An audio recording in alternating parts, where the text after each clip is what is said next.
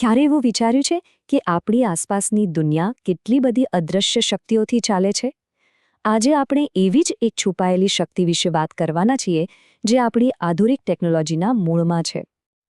જરા કલ્પના કરો, એક મોટી ઇન્ડસ્ટ્રીયલ ક્રેન છે જે ટનબંધ લોખંડના ભંગારને હવામાં ઊંચકી રહી છે, પણ એમાં કોઈ હૂક જ નથી.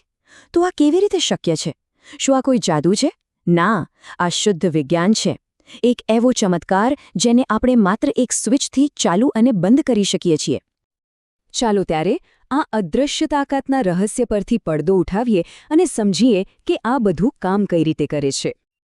આ બધાનો જવાબ એક જ સરળ પણ શક્તિશાળી સિદ્ધાંતમાં છુપાયેલો છે, અને એ છે વિદ્યુત ચુંબકત્વ, એટલે કે ઇલેક્ટ્રોમેગ્નેટિઝમ. એક એવી શક્તિ જેને આપણે આપણી મરજી મુજબ ચાલુ કે બંધ કરી શકીએ છીએ. તો આ જાદુ પાછળ જે ઉપકરણનો હાથ છે, જ્યાં બધું શક્ય બનાવે છે, ચાલો એના વિશે જાણીએ. એનું નામ છે સોલેનોઇડ. હવે આ સોલેનોઇડ છે શું? એની રચના એકદમ સાદી છે. બસ એક લાંબો ઇન્સ્યુલેટેડ તાર લો, સામાન્ય રીતે તાંબાનો, અને એને એક સ્પ્રિંગની જેમ એકદમ નજીક વીંટાળી દો. બસ, બની ગયો સોલેનોઇડ. દેખાવમાં ભલે સાદો લાગે, પણ એની તાકાત ગજબની છે. અને અસલી જાદુ તો હવે થાય છે. જેવો આ તારના ગૂંચળામાંથી વીજળીનો પ્રવાહ પસાર થાય છે, એ તરત જ એકદમ એક ગજ્યાચુંબકની જેમ વર્તવા લાગે છે. મતલબ કે આપણે વીજળીની મદદથી પલકારામાં એક ચુંબક બનાવી શકીએ છીએ. આ આખી ટેકનોલોજીનો પાયો એક જ વાક્યમાં સમાયેલો છે: વિદ્યુત પ્રવાહ ચુંબકત્વ પેદા કરે છે. આ નાનકડો નિયમ જ આધુનિક વિજ્ઞાનના મોટાભાગના ચમત્કારો પાછળ છે. તો આ સોલેનોઇડથી બનતા ચુંબકીય ક્ષેત્રની ખાસિયતો શું છે? વેલ, એક સામાન્ય ચુંબકની જેમ જ એને પણ ઉત્તર અને દક્ષિણ ધ્રુવ હોય છે. પણ એની સૌથી રસપ્રદ વાત એ છે કે એની અંદર ચુંબકીય ક્ષેત્ર બહુ જ શક્તિશાળી અને એકસરખું હોય છે. મતલબ કે અંદર કોઈ પણ જગ્યાએ તાકાત ઓછી વધતી નથી થતી, અને બહારથી તો એ બિલકુલ એક સામાન્ય બાર મેગ્નેટ જેવું જ લાગે છે. પણ ખરી મજા તો એ છે કે આપણે આ ચુંબકીય શક્તિને આપણી ઈચ્છા મુજબ વધારે કે ઘટાડી શકીએ છીએ. ચાલો જોઈએ, એ કઈ રીતે થાય છે. જુઓ, તારનું એક સાદું ગૂંચળું કદાચ નાની મોટી વસ્તુઓ ઉઠાવી શકે, પણ એને એટલું શક્તિશાળી કેવી રીતે બનાવવું કે એ એક આખી કાર ઉપાડી લે? એની તાકાત વધારવાના મુખ્યત્વે 3 રસ્તા છે. પહેલું, એમાંથી પસાર થતા કરંટને વધારી દો. બીજું, તારના આંટાને વધારે નજીક અને ગીચ કરી દો.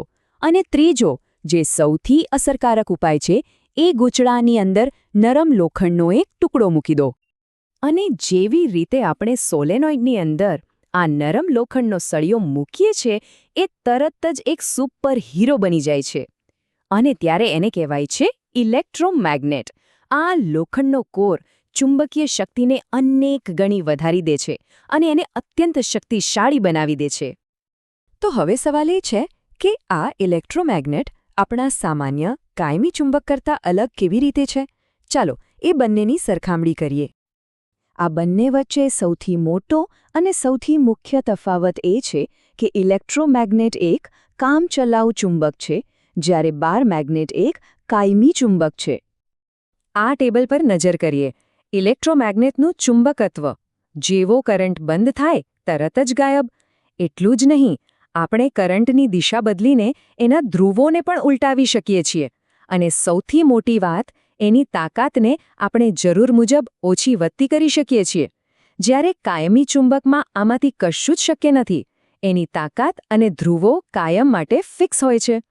તો આ બધી ચર્ચાનો સાર શું છે? ફક્ત એક શબ્દ: નિયંત્રણ. ઇલેક્ટ્રોમેગ્નેટની શક્તિને ચાલુ કરવી, બંધ કરવી, એના ધ્રુવોને ઉલટાવવા અને એની તાકાતને પણ કાબૂમાં રાખવી, આ બધું જ આપણા હાથમાં છે. અને આ જ નિયંત્રણ તેને અમૂલ્ય બનાવે છે.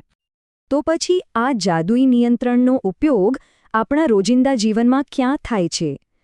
કદાચ એવી કોઈ જગ્યા નથી જ્યાં તેનો ઉપયોગ ન થતો હોય.